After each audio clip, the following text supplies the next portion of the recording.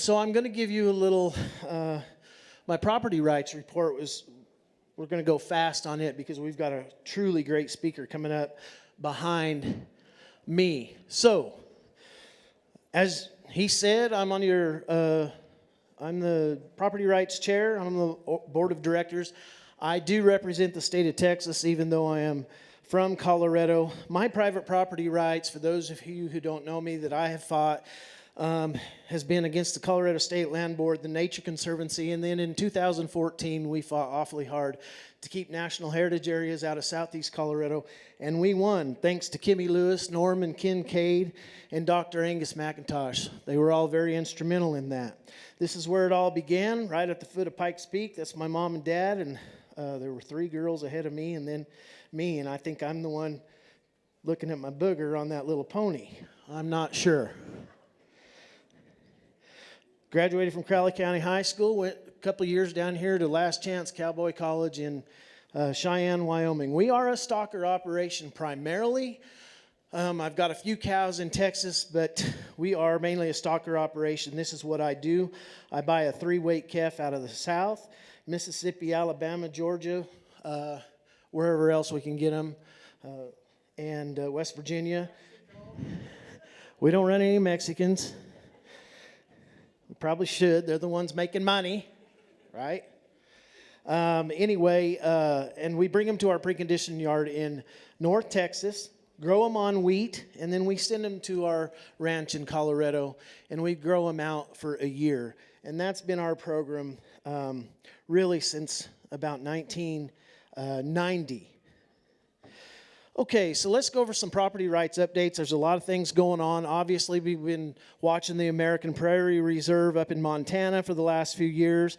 The American Prairie Foundation, also known as the APR, continues acquisition of land, private and interwoven within federal and state. In Montana, their goal is continuing to be 3.5 million acres to create the Serengeti of the United States. As of 1/1 of 21, January 1st, they've got approximately 500,000 acres required. Acquisition has slowed a little bit, it seems to me. And the big news on this year is that the BLM approved the APR grazing permit for bison. Now, what long-term effects that has, we don't know. The Montana stock growers fear that it'll be a ripple effect for future production on public lands. Obviously, that will be. You as Montanans can call. There is a comment period in effect through August 29th, or go to that website, eplanning.blm.gov. Also under property rights updates, we have 2 areas of national heritage areas being implemented throughout the United States.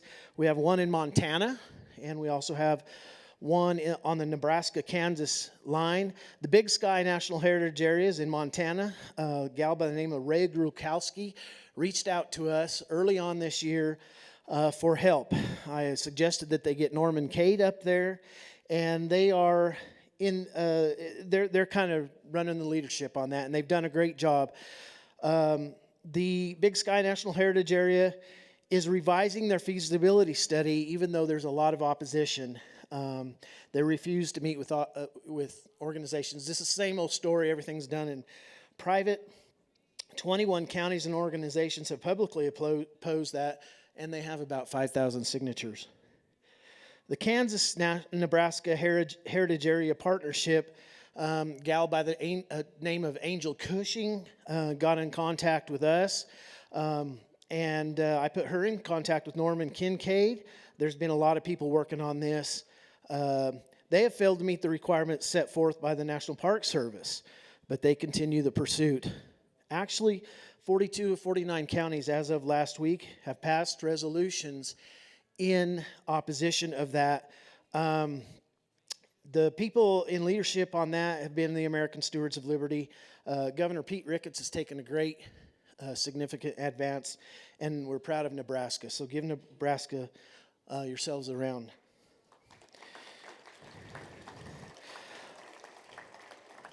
The Colorado Wolf Initiative. As you know, last year I reported that that was a ballot initiative that we were fixing to have, and it narrowly passed. As you can see, 50.4% to 49.6%. I don't know. This continues. Maybe I'm hearing that maybe there was some ballot corruption in Colorado. I don't know. I've never heard of that. Yeah. I don't advocate that. Anyway, so maybe there was, and there may be some investigation going back and looking at that. I don't know. Somebody told me that today or yesterday. We'll have to see if that comes to fruition. The Colorado Parks and Wildlife staff presented a draft proposal for consideration by them. During the 2021 meeting, the commission approved the proposal and directed staff to begin creating a robust and adaptive management plan for wolves to be reintroduced no later than December 31st of 2023. They are still holding these meetings all across the state of Colorado. The next one, if you guys are in the northwest part of the state, is at Meeker, September 1st and 2nd. I think those are important meetings, especially if you're west of the Continental Divide, to maybe get on and go with. Okay, let's talk about the big elephant in the room, which is Executive Order 14008, tackling the climate crisis at home and abroad. We all know it is the 30 by 30 land grab, something that you've all heard about and you're going to hear more about today. Margaret Byfield with the American Stewards of Liberty has become an American hero by discovering what is happening here. And I'm going to let her tell you a story. This is an initiative to permanently preserve 30% of American lands and waters by 2030. Obviously, you heard Harriet talk about the 50-50, and that's coming up right behind it. It is an unconstitutional policy shift from private property to state control. You can go to americanstewards.us. I suggest you do that. Download. There's a lot of counties that are coming on board, downloading the resolutions. Hey, they need our help. I know everybody needs our help financially. American Stewards is on the lead in fighting this. Let's help them out. Okay, here's one that I want you guys to all kind of help me out with. In April, 70 environmental organizations, and I think there's about 60 individuals, called on the Secretary of Interior, Deb Haaland, to halt livestock grazing on BLM and revoke grazing permits. This is to save the wild horses.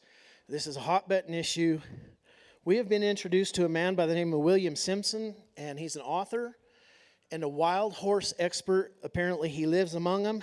He wrote a little deal up called the Wild Horse Fire Brigade.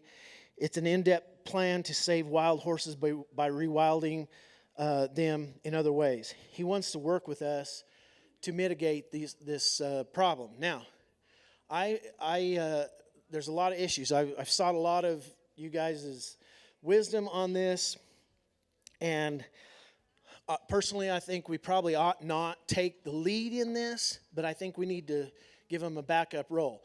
Taylor Haynes and I are going to work on an article, rebuttal to an article that just came out yesterday in the Los Angeles Times that was 100% lies.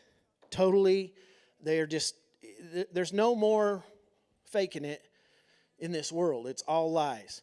And so we're going to rebuke that and try to get that out from RCAF. But him and I are going to work on this. I would invite your opinion on this. I know we have producers that this affects, and affects greatly. There are also other good organizations that have taken the lead on this over the last few years that we don't really, I don't want to undercut them, but this gentleman, William Simpson, has a good plan that might work. So we need to consider that, and you guys can consider that. I don't know how to save the industry. We're in trouble. One thing I can tell you this is we've all got to get involved. And I'm asking you guys all to get involved on your local level, state, county, whatever level you can do. I know we're all trying to produce. Let's start getting involved, because we've got some real tough times ahead of us, and right now I'm not sure the beef industry even matters. All right, so when are we at peace? When the ranch is at peace. No life is more perfect. And when do we win? The great Bill Bullard, another hero to me, he says, when we win, that's when we quit.